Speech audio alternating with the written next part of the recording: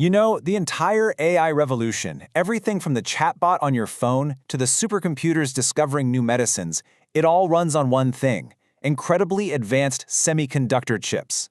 These tiny little engines have become, without a doubt, the most valuable real estate on the planet. And that has kicked off a fierce global race between companies and even entire nations. So what's really going on in this battle for tech supremacy? Let's dive in. Take a look at this number, 1,500 times. What does that mean? Well, in a really complex financial simulation, a modern AI chip system was almost 1,500 times faster than a traditional one. I mean, think about that. This isn't just a little upgrade, it completely shatters the old rules of what's possible. And that is exactly why these chips are at the very center of a global power struggle. So, what's driving this crazy explosion in demand? Honestly, it's the AI models themselves.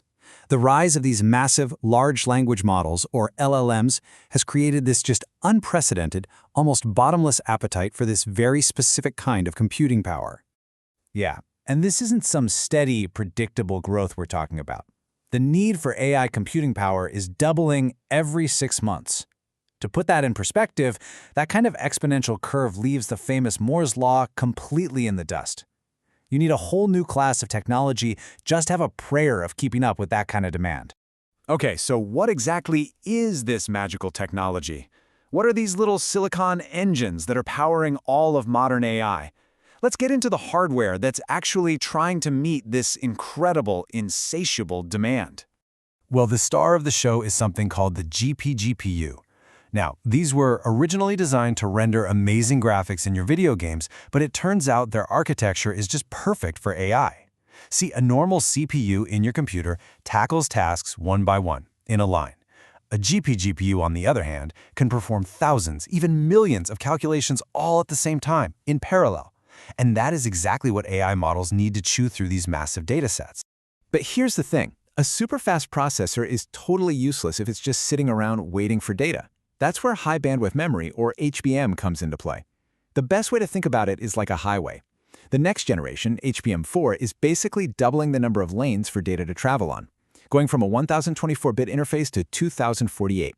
So the big takeaway here isn't just, oh, faster memory. No, it's a fundamental architectural change designed to keep these powerful AI engines constantly fed with data.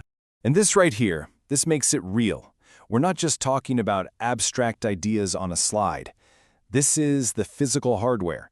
You're looking at a close-up of the Biren BR166, a modern GPGPU built for exactly these kinds of high-performance jobs.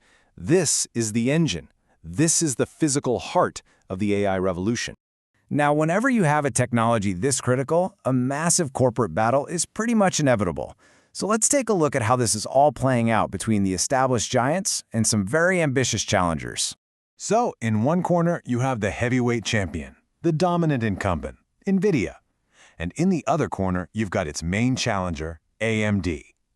For years, these two have been duking it out in the graphics card space for gamers. But believe me, the AI boom has raised the stakes to a whole different level. So how does NVIDIA stay on top? You know, it's not just about having the fastest chip at any given moment.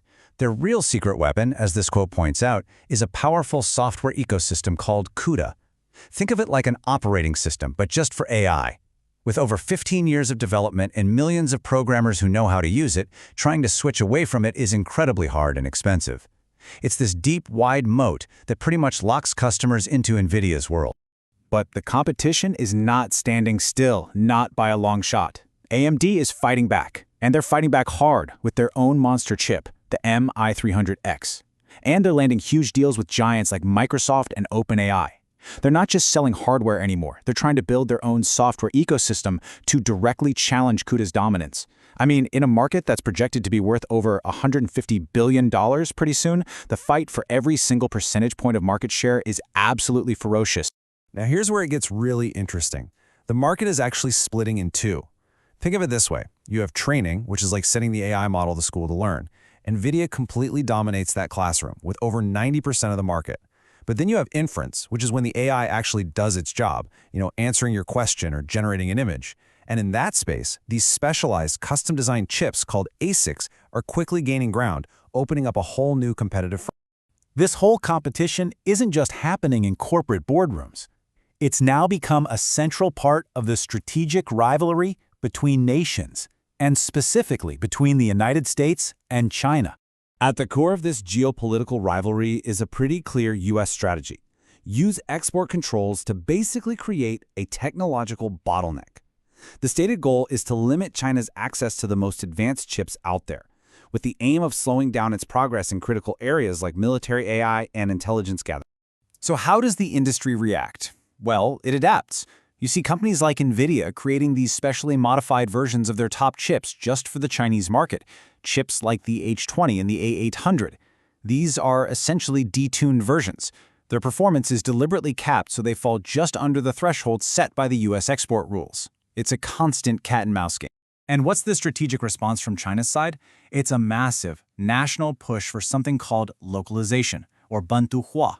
The goal here is simple: build a completely independent, self-sufficient semiconductor industry from the ground up, from designing the chips to manufacturing them, all to reduce reliance on foreign tech. This chart really just lays out the technological reality of today. It's comparing NVIDIA's export-compliant chip, the H20, against Huawei's best homegrown alternative, the Ascend 910B. And you can see it right there. The performance gap is absolutely massive. Closing this gap is now arguably the single biggest focus of China's entire national technology strategy. So, with all these corporate and geopolitical forces smashing into each other, where's this whole thing heading? What's next? Let's take a quick look at the key trends that are going to shape the future of AI hardware.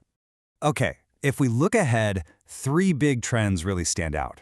First, the hardware itself is just going to keep getting faster, with big breakthroughs like HBM4 memory on the horizon. Second, the market's going to keep specializing, with those custom chips eating up more and more of the inference space. But maybe most importantly, the ultimate battleground might actually shift away from the silicon itself and move to software, as this race to build the next dominant developer ecosystem, the next CUDA, really heats up. And all of this leaves us with one fundamental, massive question for the future. Will the huge economic benefits of having a single, global market for technology win out in the end? Or will these intense geopolitical pressures keep pushing us toward a world of fragmented, separate, and competing tech ecosystems? The answer to that question is going to define the next era of innovation for all of us.